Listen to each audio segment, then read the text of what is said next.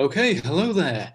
Thank you so much for inviting me to come and speak with you today. It's a shame that people weren't able to attend the talk in person because I'd love to take questions and things. But if you do have any questions about what I'm going to talk about today, then do feel free to email me, danielrmerriman@gmail.com, or drop me a message on Twitter at Mr. Daniel M. All those details will come at the end. But yeah, thank you very much, Georgina, for inviting me to speak with you today. I am going to talk about my journey from sociology to product management, and only slightly tongue-in-cheek, how your social science degree can help you change the world. I'm not saying whether it's going to be for better or for worse. Let's hope it's for better, but I'm going to go into a few more details about that as we go along. The first thing, though, I'd like to do is start out with a question. And it's a question that I was asked an awful lot when I was a student, when I was approaching graduation, and I grew heartily sick of it, frankly.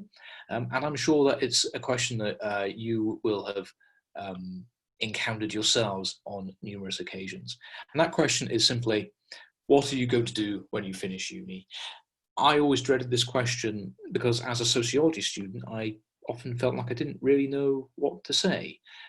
I had friends who were doing much more vocational courses, things like business studies, like law, like one of the sciences perhaps, and they always seemed to have very strong ideas about what they were going to do afterwards. Maybe they'd had internships, maybe they already had jobs lined up, but for me, that was never the case. I was always a lot more slapdash when it came to my career planning because I didn't really have any ideas. But this question didn't normally come by itself. It was usually part of a series of questions from, I'm sure, very well-meaning friends and family. So questions like, what are you studying? And I tell them that I was studying sociology. And then that was invariably followed up with, oh, so you're going to be a social worker, right? And I can see where this cliche has come from. Social worker has social in the name. Sociology has social as part of its name as well. And it was never the career choice that I had in mind, frankly. We need more social workers in the world. We need more really good social workers in the world, and we need social workers to be valued in this world as well. But I know that it's a job that requires an immense amount of emotional resilience, and so that's certainly not the one for me. The following question was normally about teaching being, the classic standby of those who haven't really got any kind of really strong career plans. And again, this was one of those ones which was somewhat tempting for me. I have done teaching, I have taught in primary schools as a volunteer. I did do some teaching during my PhD years and also as a master's student as well. But I had plenty of friends go into teaching, and I just knew that that was not going to be something that I could stomach, frankly, for more than a very short period of time. I think teachers are incredibly admirable, but in a country which does not seem to value their input, I found it very difficult to feel that that was really in my future. The follow-up question was often about, one of these law conversion courses or other sorts of conversion courses out there, courses which are more vocational. And it's okay, you've done your degree which doesn't have any kind of direct link to careers, so maybe you want to do the vocational thing afterwards. And I understand that mentality. I did think about whether this was maybe the right thing for me, but between you and me, I never saw a career where I had to wear a shirt and tie all day, every day for the next 40 years as being particularly appealing to me. And by this part of the conversation, things are starting to get a little fraught, frankly. Well, what are you going to do? What do you mean you don't know? And why are you crying? This is a very typical series of questions and conversations that I would have with friends and family. And I can guarantee that many of the people who are watching this recording will have experienced very similar things. And the fact is that whenever people would ask me as a sociologist, what I wanted to do with my life after I graduated, or even before, when I was just a kid, so what do you want to be when you grow up? My answer was almost invariably, like, why would I know? I was always very jealous of those kids growing up who had a really strong sense of what they wanted to be when they grew up.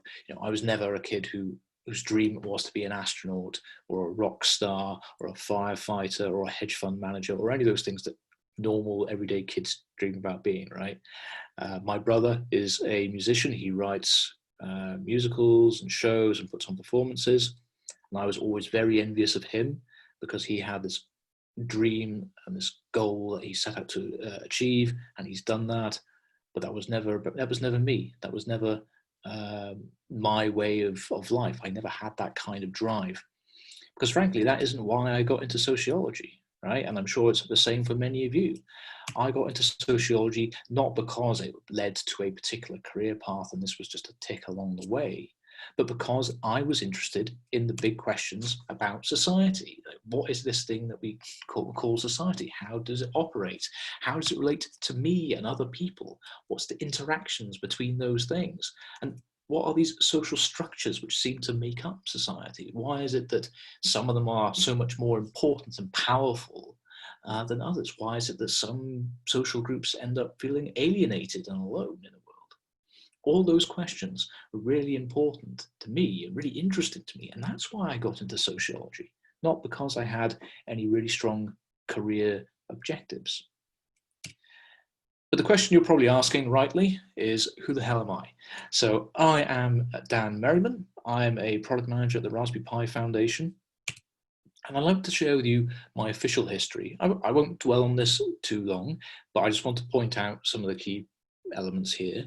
The first is that I did my degree in sociology in York, which is where I'm based. I did a master's degree in social research. I actually began a PhD at York as well in collaboration with Sheffield and Leeds. I quit that PhD. I decided it wasn't for me to become a project officer at a software development agency called Isotoma, also in York. I took a contract role as a product owner at Sky. I went back to Isotoma as a project manager, and since January last year, I've been a product manager. Now, there's a few things I want to draw attention to here. The first is that there is these different terms: product owner, project manager, product manager. And I'm going to talk a little bit more later about what those different things are and what they actually mean. But the larger point I want to draw attention to here is how neat this all looks. This all looks very straightforward. It's very linear. If you ever look on anyone's LinkedIn social media profiles or their Facebook profiles or their Instagram, people always present, the highlights of their lives, the highlights of their show reel. They never show any of the context, any of the bloopers, any of the things behind the curtain. So this all looks, very linear, very, progressive. I go from one thing to the next thing to the next thing in an easy, straightforward manner, with a smile on my lips and a song in my heart. However, the reason I share this with you is that this is utterly misleading and no one ever tells you about the real truth behind these things. So let me share with you my unofficial history. So, for example, I should have graduated in 2007, but I dropped out for 3 years because of mental health issues, particularly depression and anxiety. I took 4 attempts to get PhD funding. I failed the first 3 times, and frankly, that 4th one, I feel I was a bit fortunate because not many people applied for it. Saying that, I tried really hard to get into a PhD course to get that funding and ended up dropping out again because of mental health issues and because I'd seen what a lot of my friends and colleagues and co-workers were going through trying to get full-time employment after doing their PhD. I decided that was really not for me. I spent a good 12 months around that time unemployed or working 0-hour contracts, including 6 months at the Ann Summers store in York, which was a very eye-opening experience working with stag parties and hen parties all day. It's very humbling. But then, I did get that first break in the industry of software development, but I only found out about that because I had personal contacts working at the company who told me that they were hiring for this junior project manager role. Otherwise, I never would have known about it. That job was going really well, but then 2016, Brexit referendum results come out. Clients cancel huge amounts of work because they're worried about the economy. And so suddenly half the company is made redundant, myself included. I was one of the lucky ones. I was able to get a contract working at Sky in Leeds Docks, working on the Sky Sports digital estate. But that was a 12-month contract, and I actually quit after 6 months. Now, I don't want to say anything bad about Sky. You know, they're a really incredible organization, really incredible, talented, lovely people working there at Sky Docks. But I was commuting there every day. That was not doing my mental health much good. And frankly, Sky is also an organization with over 10,000 employees, and I wanted to be much closer to the action. So I found that very difficult, but I quit. And then I was unemployed for another 6 months before returning to my previous company as it was starting to grow up again. Now, I share all this not because I want to say how tremendously difficult or hard my life has been, right? It really hasn't. Look, white middle class guy, I feel very privileged in many respects.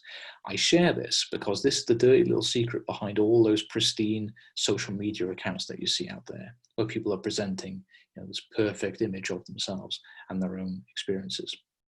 I can guarantee that a significant majority of the people who are watching this recording have experienced some or more of these challenges in your lives, or if not yourselves, your friends, your families will have had these kinds of challenges. Maybe you've had mental health difficulties, maybe physical health difficulties, maybe you or your parents have been made redundant or unemployed, maybe you've lost homes, maybe you're the first in your family to go to university and that's brought its own level of stress and challenge and anxiety to you.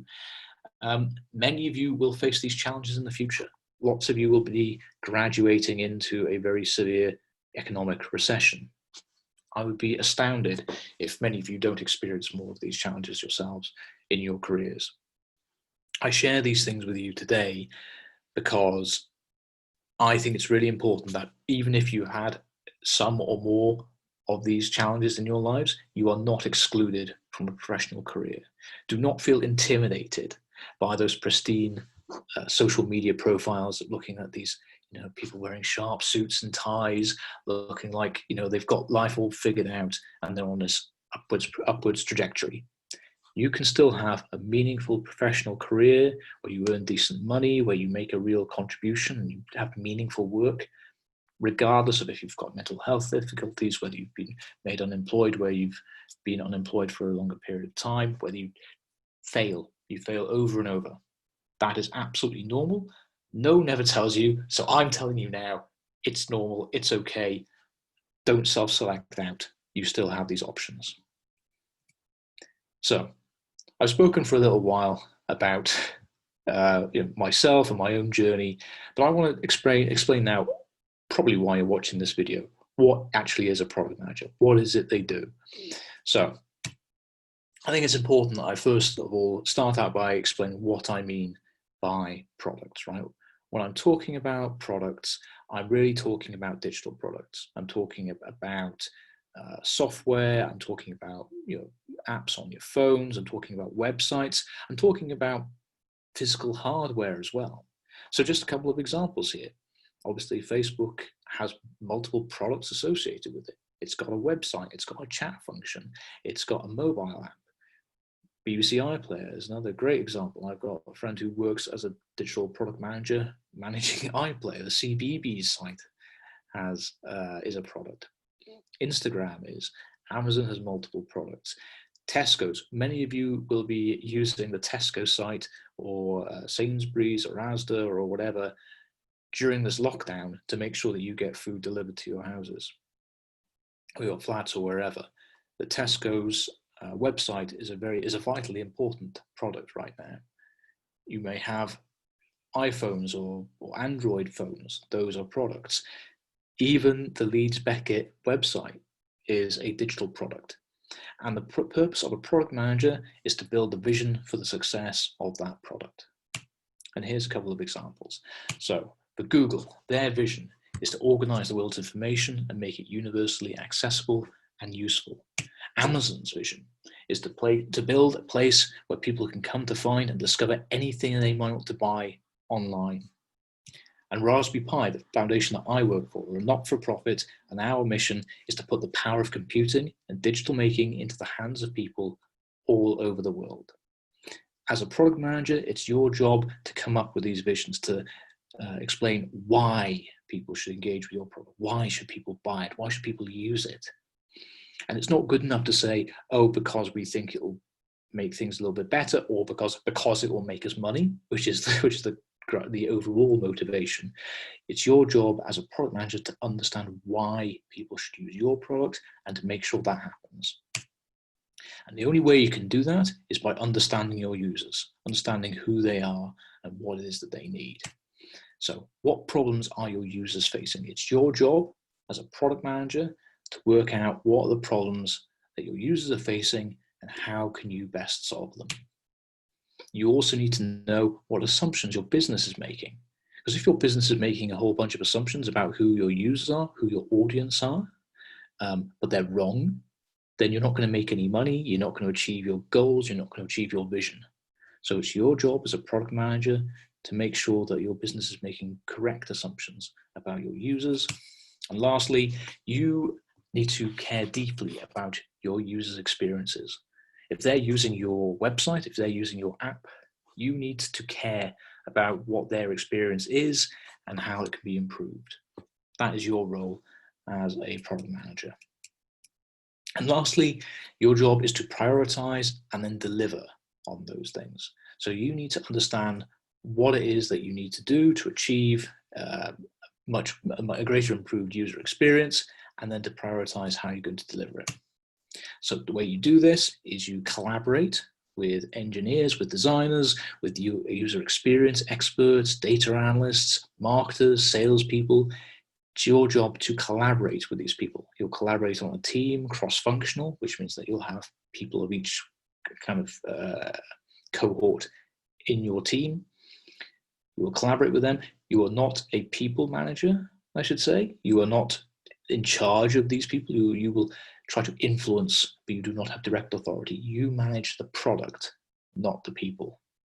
But it's your job to convince them that, or to tap into their expertise and say, look, these are the problems that I've identified through the research that I've done. How do we resolve them? And once you've done that, you're going to sit down and work out, okay, what is going to deliver the most value for your users and how are you going to make it happen? Because often you'll be presented with a lot of different options. You will say, okay, we've identified this problem, and you'll sit there and say, okay, there are potentially 5 different things we can do to try and resolve that problem. Or you might have multiple problems that you've seen and say, okay, well, which problem should we address first? It comes to you as the product manager to make that decision based on guidance from the people around you. And lastly, your job is to communicate with the senior stakeholders in the business. Who's the, like maybe the CEO of the company, the founders, the heads of marketing, the heads of engineering. It's your job to communicate what you've learned with them, to listen to them and say, okay, well, what are their concerns or what are their requirements? And you'll sit there and you'll listen and you'll agree what the priorities are, and you'll provide a sense of leadership from your team. You will be the in-between person between the senior leadership and the users as well. And I also said that I was going to talk about these different role differences between project manager, product manager, and product owner. These are all terms which get used sometimes interchangeably, but they are distinct things. I'd like to start by talking about project managers. Now, a project manager this is how I started my career, by the way, as a project manager. They are interested entirely in outputs, and their success is measured by whether the project is delivered on time and is it on budget. Did you spend what you've said you were going to spend, or did you go way over budget? Now, an example of this might be build a bridge. You're given a task to do. So it's build a bridge. And as a project manager, that is the perfect opportunity, because you can sit down with your engineers and you can say, okay, what do we need to do to build the bridge? We think it's going to take this long. We think it's going to cost this much. And then in 12 months' time, you've got a bridge. And if it took 12 months and you said it was going to take 12 months and it cost £1 million and it cost £1 million, you've done a successful job as a project manager. Now, for a product manager, you are given a problem to solve, and you are judged not on the output, but whether but the outcomes. So, an example might be, as a product manager, you're given the job to improve traffic congestion in part of a city. All right, that is not a problem with one single solution. It's your job to understand how people are driving in those areas, like what are the traffic flows, what are people trying to achieve, why is it busy at some times and not at other times. And it's your job to choose what the best solutions might be, weigh them up in pros and cons, and deliver them. So it might be that you've looked at the traffic congestion and say, okay, well, the way we resolve this is if we build a bridge over here, then that diverts traffic at the busy times. It means that people are able to get to where they need to get to. So if you've been given the job of solving traffic congestion, you're not successful if you've built a bridge. You're successful if that bridge has meant that traffic congestion has become easier, that the journey times have become quicker, and so on. Pollution may have dropped as well. So that's the difference. A project manager cares about outputs. A product manager cares about outcomes. And there's this third role, product owner. And this is a little bit more contested because different companies think of product owners in different ways. But strictly speaking, a product owner is like a product manager, I should say. But they play a very specific role in a particular kind of software development methodology called Scrum. I don't want to get into the details behind that, but generally speaking, they're a bit more delivery focused and a bit less vision focused. But I thought it was important to mention it for the sake of completeness. But we don't need to worry too much about those details. So right now you might be wondering, okay, this all sounds a bit technical. So how does my degree help me? Because I'm a sociologist, or I have a social science background, or whatever degree you've been working on for the last couple of years. How does this help you in this situation? Because you may not have any kind of coding experience. I've been talking a lot about software development. It may not be a programmer. You may have never written a line of code. But that's okay, because between you and me, I don't write code. I've been working in digital product management for 5 years and I don't write code. I don't think that's important. It can help, don't get me wrong. If you can write code, that is always a help, but it is not a strong requirement. And I'd like to start out by explaining why. And this is shamelessly stolen from a product leader in the field called Tor Mitchell. He did a presentation at a recent conference called Mind the Product earlier this year. And what he talks about here is the different qualities that a product manager can have. And he talks about them on a spectrum from easy to teach, from hard to teach. Which of these things are, can we teach in a couple of hours, and which things are almost impossible to teach? And the things that we worry about, I think, particularly when we're new to the field, are the things that are actually quite easy to teach. If you look at job adverts for product managers, they will often list a series of tools. They'll talk about processes and techniques. So we have a list of them here. But frankly, I could sit down with you, any of you, and go through these tools. I could give you the gist of it, in a couple of hours. Techniques, even, that might take a little longer. It's a sort of easy to learn, hard to master question. But I could always send you on a course, like a 2-day course, and that will give you a good grounding in these techniques. But when we get into the competencies and the character traits, those are the things that we need to hire for. These are the qualities that will get you those jobs, not the fact that you've used certain tools before, although that will of course help. And these are character traits that you all have, I guarantee it. Particularly as social scientists, you will have a lot of these character traits, and these are the things that we care about when we're looking to hire, particularly brand new product managers. And there's more overlap as well. And this is where I think that sociologists are uniquely well positioned to be good product managers. Because you've been training for the last 3 years to evaluate difficult arguments, like weighing up one argument against another. That is a huge part of what you do as a social scientist. You do this every day when you read different papers, and you have to understand when you're writing an essay, okay, well, when I look at this concept and I compare it to this one, like which one do I feel is the stronger argument? And that's really important. You can, and also then you can communicate those complex ideas in simple to understand ways. That is what all that you do as a sociology student, in my experience. You go into seminars, you go into lectures, and you listen and you discuss really quite complex ideas about society, about social structures. That's really important, and that is key to being a successful product manager, being able to take complex ideas and distill them down to their essence. You are also trained on a daily basis to challenge assumptions about what is truthful about society, what are the fundamental aspects of society that we believe to be true, but actually are based on false assumptions. You are trained to challenge the assumptions about everything that you encounter.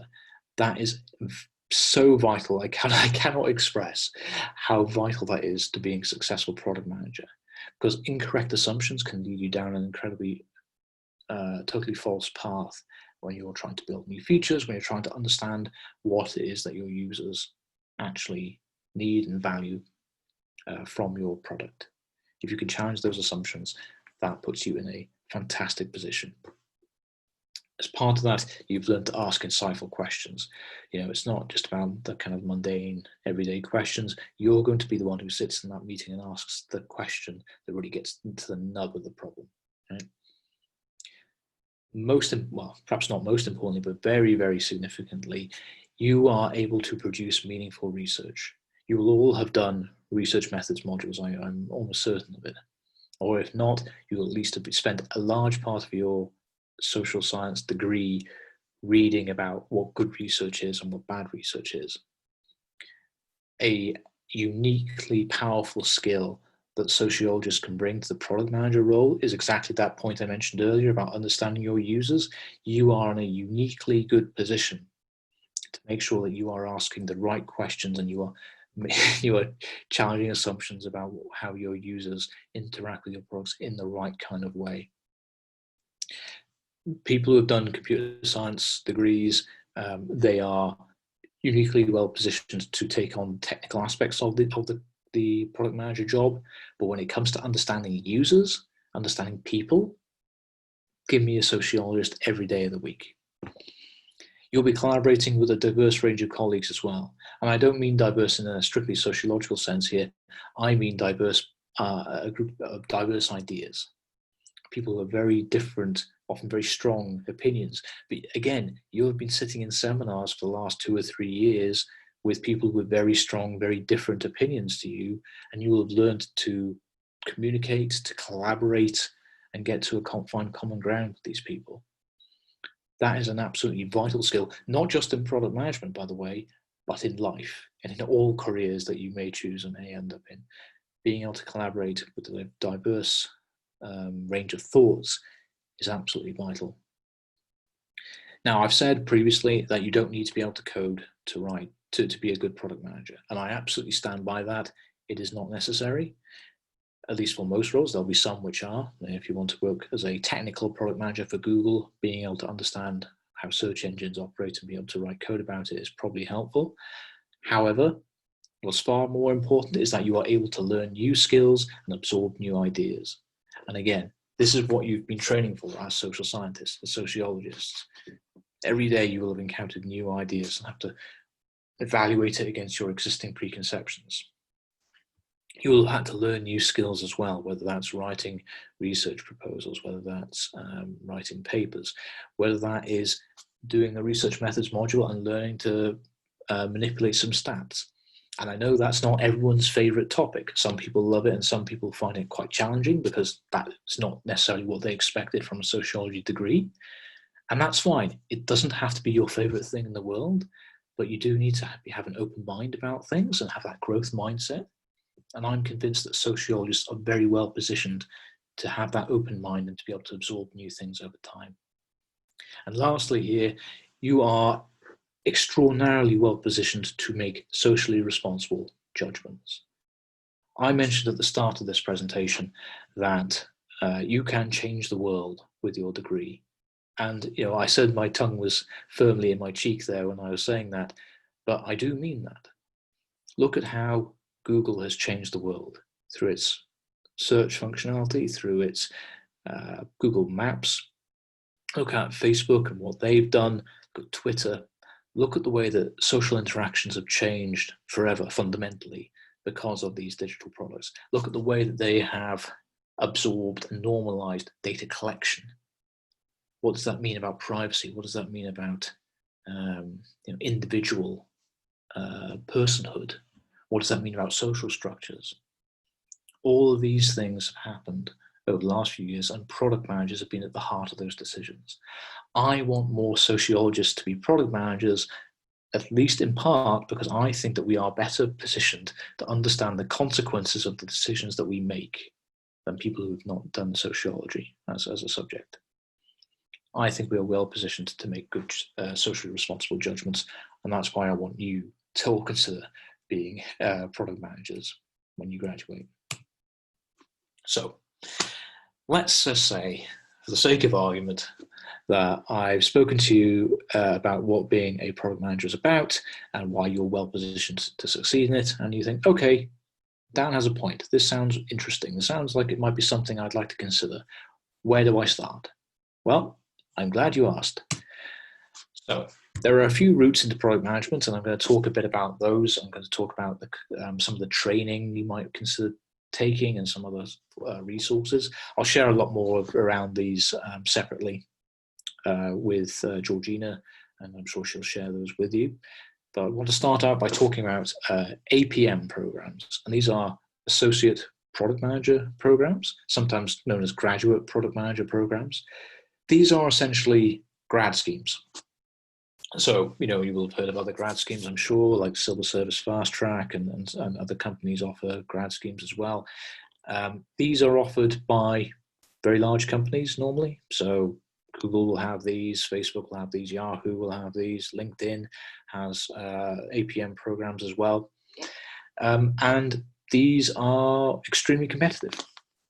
They will give you a really strong introduction to the whole business, the whole software development lifecycle, and you will become an extremely strong product manager through these programs.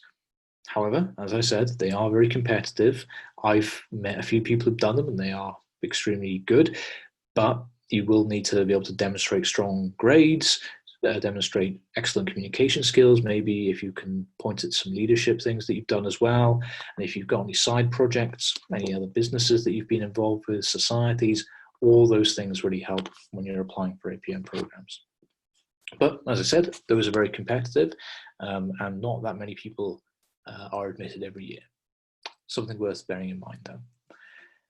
Far more typical, in my experience, is that people end up in product management through related fields. And this is certainly true for me. As I said earlier, I was a project manager when I started out my career, and that can be a nice route into product management. There are lots of openings for project managers, and maybe there's a bit more of a lower bar to entry for product managers as well. Similarly, if you have any marketing experience, sociologists are very well positioned to take particularly junior marketing positions, marketing roles. That is an excellent way to start. There's a lot of overlap with business analysts as well, in terms of understanding what the business requirements are from a product or from a project. If you're more artistically designed, having product managers with a design background or an artistic background is incredibly valuable, really well worth considering if that is your background, if that's your oeuvre. Again, sociologists are extremely well positioned as user researchers as well. I know that there are companies in Leeds who focus on user research. I think simple usability is one example. If you come from that background, that transition into product management is really quite straightforward. If you are more technically minded, then if you start out your career as a software developer, then there's a very well-trodden path between software development and product management.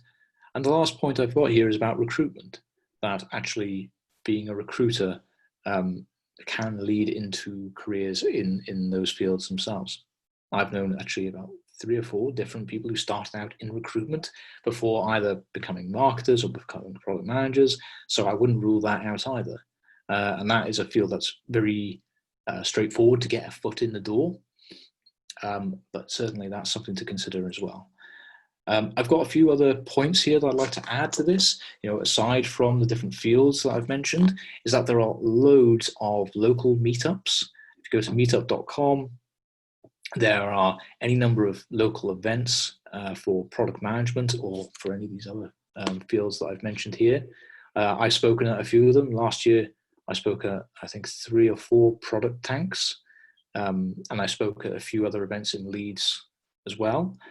So it's certainly worth attending those. They're normally free. Normally they have free beer, free pizza, well worth attending. And even if you just want to go along and have a chat with people, that is a really good way to start networking, because a strong network is a really great way to get into product management in terms of your career options. But certainly that would be well worth doing. If you go to meetup.com, there is actually a virtual product tank tomorrow night.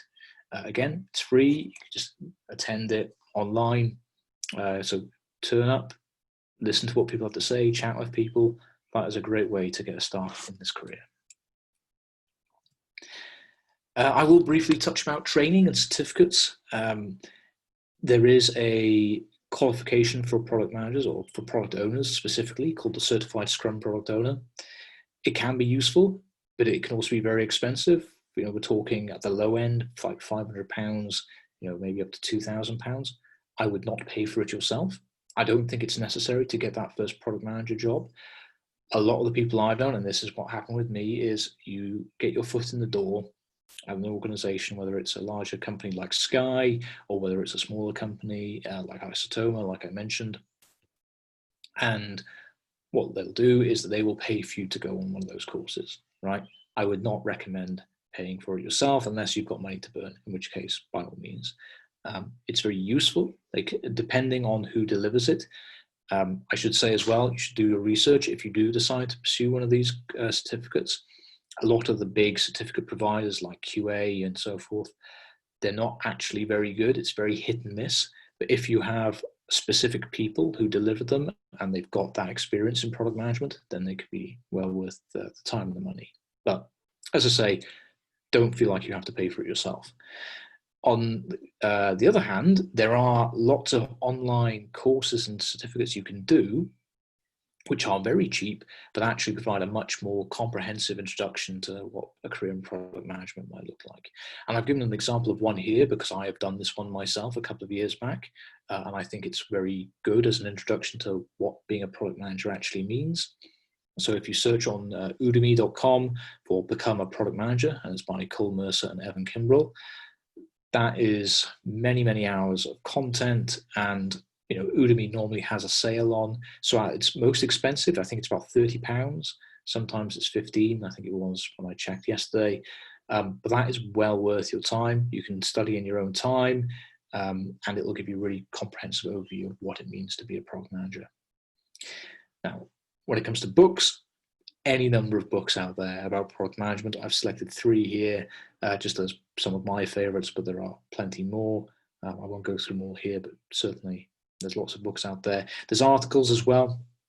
If you go on medium.com, there's thousands of articles now by people who are talking about how to start out in product management, what it means to be a product manager, how to be a good product manager. If this is a field that really interests you, go look them up. I'm sure there's plenty out there. One I would recommend starting with is SVPG, Product Management Start Here. If you search for that, that gives you the Silicon Valley Product Group. And there's an article by Marty Kagan, who wrote the Inspired book. He's one of the huge names in product management. And that gives you, again, a lot of introductory information about what it means to get into product management and how you would approach that. I've already mentioned about events as well, but there are conferences. If you visit the Mind the Product website, links to lots of different conferences. Some of these are free events as well. Loads of articles on there. And if this sounds interesting to you, then look it up. And the last thing I really want to mention here, and again, this is only slightly tongue-in-cheek, is try starting a business. Probably the best training you can get in being a product manager is to start a business. And it doesn't matter what it is. It really doesn't. And you can do it very cheaply. You can make yourself a business email. You can build a website using Squarespace or Webflow or any of these services, or WordPress even, that don't require any code to create them. And it will guide you through all the process of setting up a web domain and everything. You can create some social media accounts. Find someone in your class, in your cohort, and become business partners. For the smallest thing, start a podcast, make a YouTube video, whatever it is. Make some things and sell them on Etsy. If you start out by trying to make a business successful, that will very quickly tell you what's involved. Product managers are sometimes somewhat problematically described as mini CEOs. And that's for a good reason. It's because a product manager needs to be the undisputed expert of their product, and they need to be a generalist in a lot of different areas. If you try starting a career or starting a business, you will very quickly learn what your interests are, what your strengths are, and that will look amazing on any CV that you put together to become a junior product manager or start out in your career. If you can point out this entrepreneurial spirit and this understanding that you've built, you will stand out amongst all other candidates who don't have that kind of background. So, to conclude, product management needs you. I mentioned earlier that the reason why I want to give these talks is not just to introduce you to product management, although of course I do want that to happen. It's because I believe that sociologists are uniquely well positioned to be excellent product managers. And I think we need more sociologists. I am amazed and astounded every day at the kind of product decisions that are made in the world. Product decisions which are not necessarily made with social responsibility at its heart. Your social science degree can help you change the world through product management. And I strongly hope that you consider this as a career. Thank you very much for your time.